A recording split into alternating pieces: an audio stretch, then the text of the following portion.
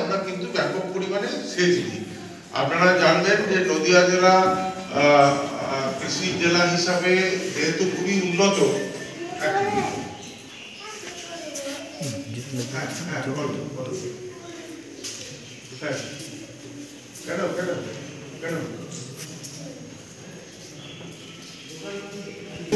এই ভূগর্ভস্থ জল আমাদের এখানে যথেষ্ট পরিমাণে এখনো পর্যন্ত আছে। তাতে হচ্ছে কি আমরা যথেষ্ট ভূগর্ভস্থ জলের ব্যবহার করি।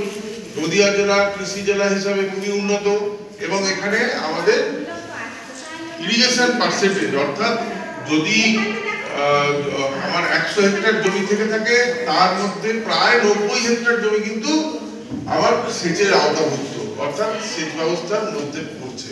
তার মধ্যে একটা শুধু ক্ষতি হয়েছে, যেমন ধরুন আমরা রোগ পোকা যেভাবে নিয়ন্ত্রণ করার কথা বলেছিলাম, একটা সময় ইউরিয়া দেওয়ার জন্য আপনাদের যখন চেষ্টা করা হয়েছিল, আপনার আমরা নয় আমাদের বাচ্চাদের তখন তারা ব্যবহার করতে চাননি, তারাই সঠিক ছিলেন, আজকে আমরা বুঝতে পারছি।